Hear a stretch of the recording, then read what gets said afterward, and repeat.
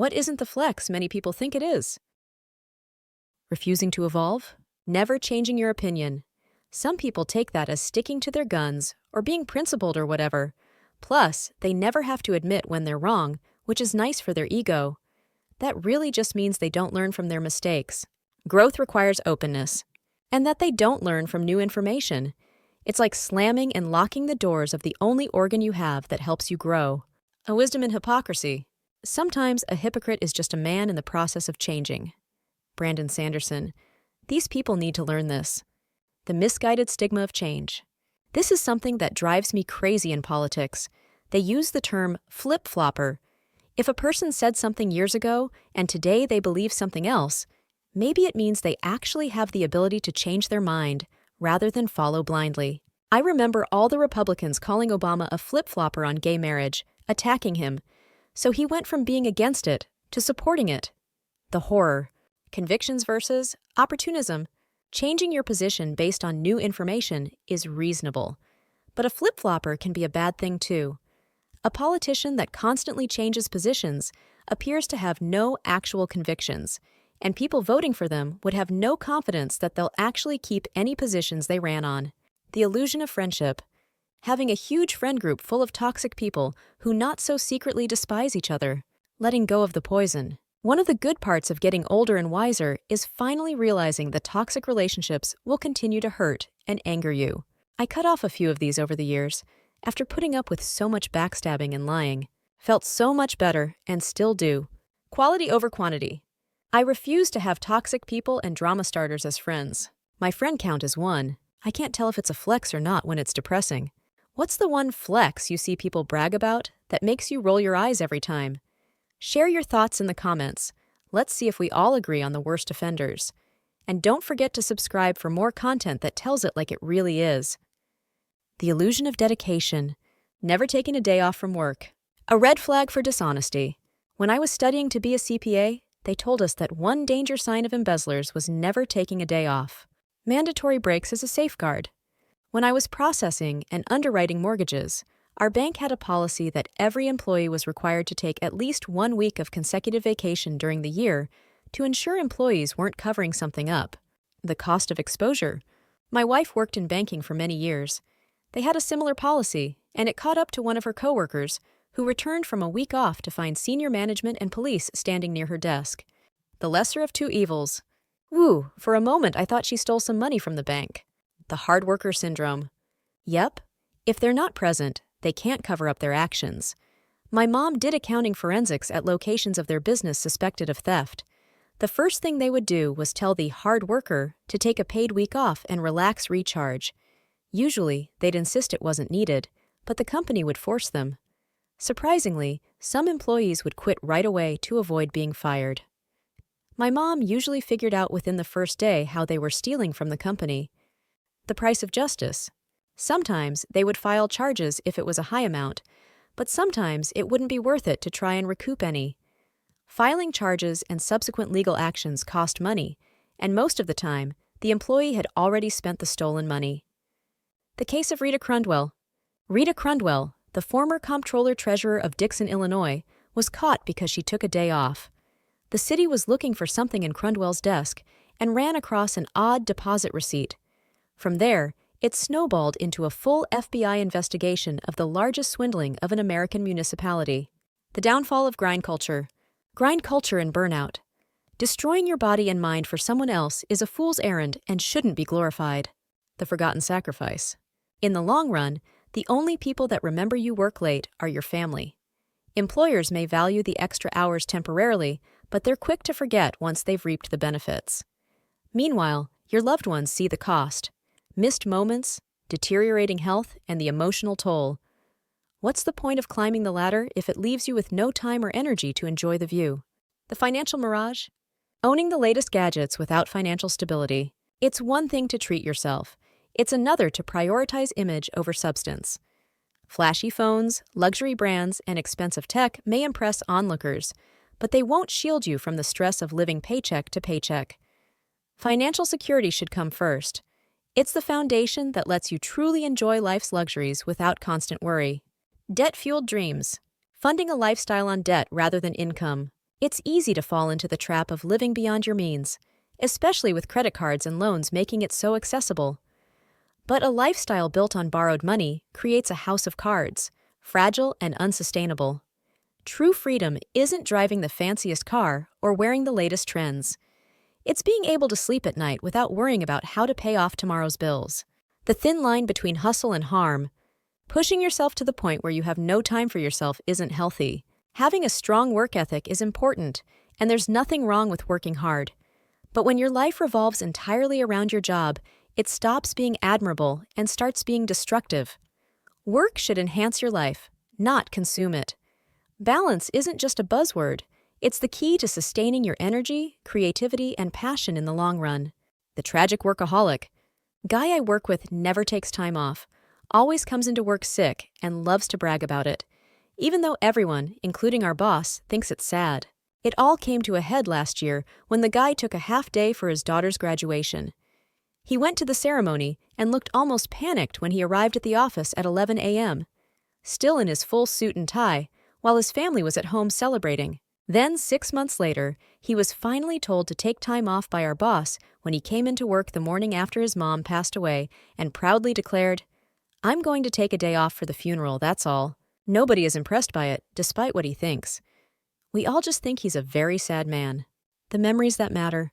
Arrived to the office at 11 a.m., still in his full suit and tie, while his family was at home celebrating. In 20 years, the only person who will remember that you came back to the office to work that half day is the daughter. And it won't be a fond memory. It'll be a reminder of misplaced priorities, a moment where work was valued over family. The wisdom of an old saying.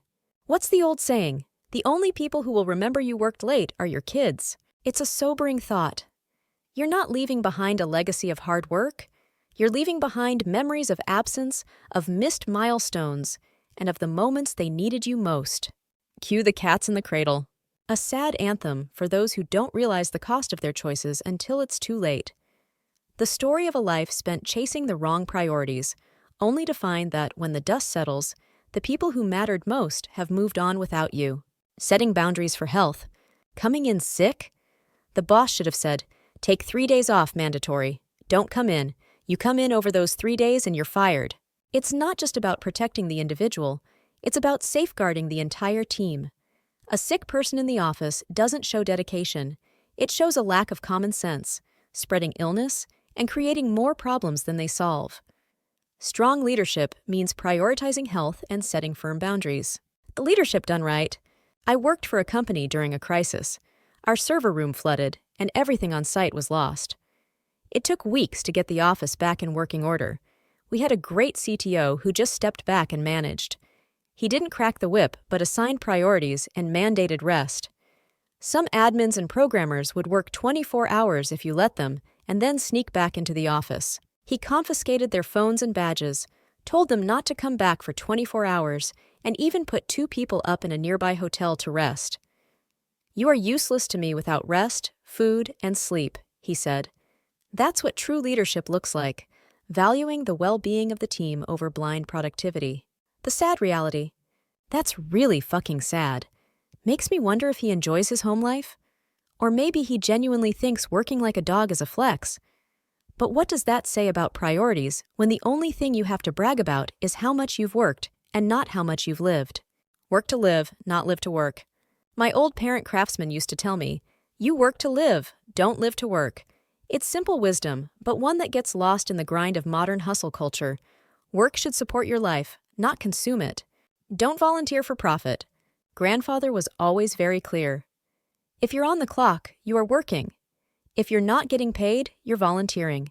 Don't volunteer your time for profit. There's nothing noble about giving away your time for free to line someone else's pockets. The cost of ignoring burnout. I just put myself through this, and I'm almost 50. I should have known better. Not only did I burn myself out, but it was hard for my wife and kids to watch. I lost a parent and an uncle within 45 days of each other, and my dumb ass thought working 60, 70 hours a week would distract me. It worked for a while, until I broke down completely, drinking heavily, panic attacks, sleepless nights, and waking up sweating when I did sleep. My wife finally sat me down, told me how she felt, and asked me to quit my job. She didn't care if I had another. I quit last week, and it felt like the weight of the world was lifted off my shoulders. I have a nice break before starting a new role in February. The idea of working to live versus living to work is something my friend's mom told me back in 1993 when they moved from Eastern Europe to the US. I was doing it all wrong, and I wish I'd remembered that sooner. The grindset game. 60 hours? And you get paid for all of them? That's not very hustle of you. Poor grindset game. I personally work my 40, then another 40 for free because work is my entire identity. Please like me. Sarcasm aside, the idea of sacrificing personal time to prove loyalty to a job is laughable. True success is building a life you don't need to escape from, not working so hard you forget to live. The price of false prestige. Brand new car with an enormous loan and interest rate. It's a perfect example of style over substance. Sure, it might look great in the driveway, but the financial strain of maintaining appearances will weigh you down. True freedom isn't found in material things. It's in living within your means and enjoying life without debt dictating your choices. The illusion of followers. Having followers is like having monopoly money, fun to look at, but unless you're cashing in on it or building genuine connections, it doesn't mean much in the real world. The numbers might inflate your ego, but without substance or purpose, they're just empty digits on a screen. The dark side of pranks. Pranks public humiliation. Trying to make someone else look bad to boost yourself often says more about your insecurity than your strength. True humor doesn't come from someone else's discomfort. It comes from shared laughter, not cruelty. Why Impractical Jokers work? I think that's why Impractical Jokers has been sustainable. The pranksters almost always make sure that they themselves are the butt of the joke, not their targets. Their humor doesn't come at the expense of others. It's a clever twist on self-deprecation that leaves everyone smiling, even their unsuspecting participants. Pranking for reactions, not harm. All of their pranks are, let's confuse the shit out of some randos by being as weird as we possibly can in mundane situations. All the really embarrassing stuff is done to themselves. Anyone nearby is just there for the reactions, and that's what makes it harmless fun. The art of a good prank. Good pranks are an incredible art form. A well-executed prank either punches up significantly, like pranking a public official, or is something that even the target will find funny. For example, my kids making the cinnamon sugar shaker BIA like a sheep on Christmas morning was hilarious, even if it startled the hell out of me at first. But the vast majority of pranks for TikTok/YouTube/whatever you see aren't pranks. They're just people being mean to others for clout. Cruelty disguised as humor doesn't make anyone laugh. It just makes you look small. The illusion of control. Overconsumption. The illusion that someone has their life together by having separate containers for 11 different laundry detergents. It's a perfectly curated image of organization that hides the chaos of overindulgence. Owning too much and obsessing over micro details doesn't equate to having it all figured out. It's just masking insecurity with materialism. Oh, not the flex you think it is. My 19-year-old had to get fillings for 4 cavities recently, and my 17-year-old chimed in with, I haven't brushed my teeth in 6 months and I have no cavities. I told my youngest that this wasn't the flex they think it is. The comeback they deserved?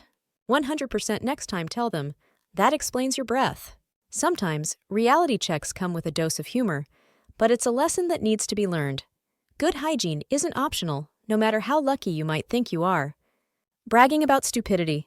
Bragging about committing stupid crimes. If you're openly boasting about illegal or reckless behavior, it doesn't make you look cool. It makes you look like someone who lacks both foresight and self-respect.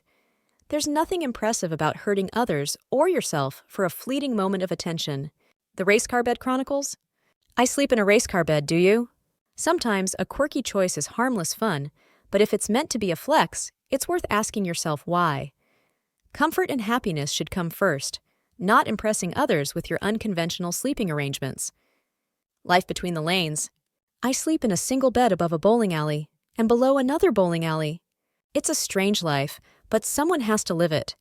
This one's more of a whimsical take on unique situations rather than a real flex, though it does spark curiosity about what that might actually feel like. The toxic sleep competition. Few hours of sleep. When I was a 911 dispatcher, it felt like a competition to see who got the least amount of sleep. I only slept 4 hours. Well, I only slept 3, and it was shitty. I'm like, You guys know we hold responders and the public's lives in our hands? Maybe try to get some sleep so you can be on your A game. There's no glory in endangering others because of sleep deprivation. It's not a flex, it's irresponsible. Sleep deprivation isn't a flex. As someone who usually gets only 4 hours of sleep, I can confirm it sucks. There's nothing admirable about running on fumes. It's a recipe for burnout, poor decision-making, and long-term health issues. Prioritize rest. It's the foundation of success, not a sign of weakness. The vegetable resistance. Refusing to eat vegetables. I know 2 adult men like this. One feeds exclusively on fruit sprinkles and bread, and the other on meat with bread. No sauce, no salad, nothing. How they don't have crippling nutrient deficiencies is beyond me. Healthy eating isn't about giving in. It's about treating your body with the respect it deserves. Living beyond the lifted truck. Driving a giant, beautiful $90,000 pickup truck. And staying awake at night trying to figure out how you're going to make rent that's due next week. It's the ultimate irony, prioritizing appearances over stability. A shiny truck doesn't cover the cracks of financial insecurity. The price of the image. Years ago, my family went on vacation with a few other families. One of them had a $100K lifted pickup truck. Come to find out, they hadn't made a payment in 2 months and didn't know how they were going to make the next one. And we were on vacation, like, WTF, go home and work. The flex isn't the truck, it's knowing you can afford to keep it. Impressed in reverse. I'm never impressed by flashy cars. The things people do to get them are not impressive. On the other hand, I'm always impressed in the opposite direction. Hell yeah, man. Rock that 1996 Honda Accord with 250K miles. Living within your means and being proud of it is the real win. Overtime for toys. There's a lot of people in construction like that. $90K truck, toy hauler, and side-by-side. But they can only use it once a year because they have to work all the overtime to afford it. They trade their time and freedom for objects they barely get to enjoy. The boom and bust trap. I used to work in auto mechanics. Same deal. Giant 4x4S, toy haulers, and quads. Dudes making $90K in 2007 never gave a thought to living on $30K in 2008. Financial planning isn't about how much you make during the good times. It's about preparing for the bad ones. The harmful brag. Bragging about things that harm others, like cutting in line or exploiting loopholes. It's not clever or impressive. It's selfish and short-sighted. Taking advantage of others isn't a flex. It's a sign of poor character. True strength is found in kindness, fairness, and respect for others. The myth of brutal honesty. Being the person who says it how it is. More often than not, it's just a nice way of saying, I'm a tactless bitch. These people claim they're just being honest, but their honesty often lacks tact and consideration. It's not about sharing truth. It's about masking rudeness under the guise of being real. Selective honesty. Because they only tend to tell it like it is when it's an unpopular opinion. These people are rarely complimentary or share a commonly held, universally accepted truth. It's like they're allergic to positivity and thrive on stirring the pot. Honesty versus kindness. Honesty without kindness is cruelty. Being truthful is important, but without compassion, it's just a weapon. The real art of honesty lies in delivering it with empathy, not malice. The illusion of toughness?